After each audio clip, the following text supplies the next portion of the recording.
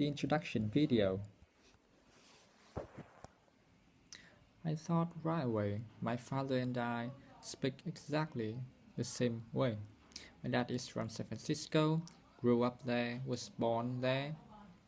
And when I'm at his house, the phone rings and we answer the phone, nobody can tell the difference. So I realized that he and I must be speaking it exactly the same way. Still no relevance to you. So I sat with my father and we realized that when we talk, we were putting our tongue and lips in one of 9 positions to push out air and make every word have a long vowel. People in San Francisco seem to me, because I was doing it, you talking in longer words. Some of you may know that there is part of the US called the South Mississippi, Georgia, Alabama, Arkansas, where they kind of talk like this. I was actually born in North Carolina, and if I stayed there, I would be talking this kind of talk with kind of long words. But there is difference with San Francisco, that both parts of the country have very long words. It just happens that in San Francisco, get into some kind of a position before we say a word. So I knew enough to realize that I was putting my mouth in one of 9 positions. When I said a word that began with a B, I didn't say best, I went best. I didn't say why, I went why. I didn't say fast, I went fast.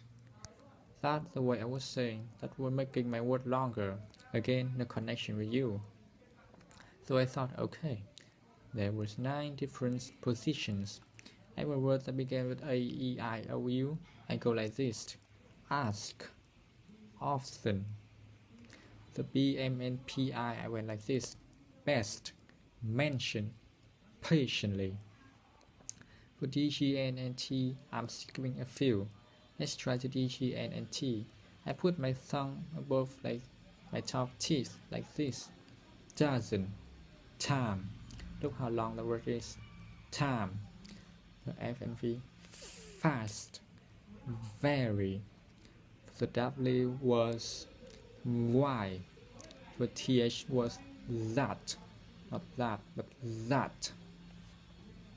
So I knew enough to go to my boss and say, Richard, I think I teach these actors how to speak American. He said, go ahead if you can. Do something to help them get work. Sounds great. Go ahead. So I began to teach. And in the second week, there was another knock on the door. I looked over and I saw a lovely black man from Western Africa at the door.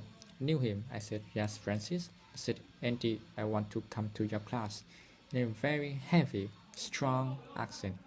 I remember standing there and thinking, no way, absolutely no way. I don't know what to do with this man. I didn't know at all what to do. But it was a very cold day in Vancouver. It doesn't usually get this cold, but it was really cold. And I knew Francis had nothing to do with this. This was a 2-hour class, so I thought I would let him sit in the class just to keep him warm. He was a lovely man. I had a seat. I said, Francis, have a seat. And what happened? He began to participate. And after a few days, his accent began to go away. So since that time, I have taught over 7,000 people like Francis.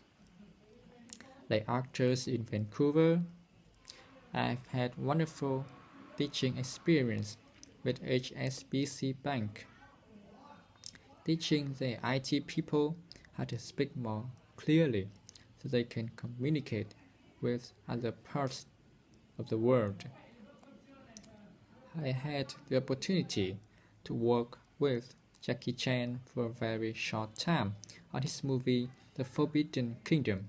I worked with Jackie for only half an hour. That is the end of the introduction video.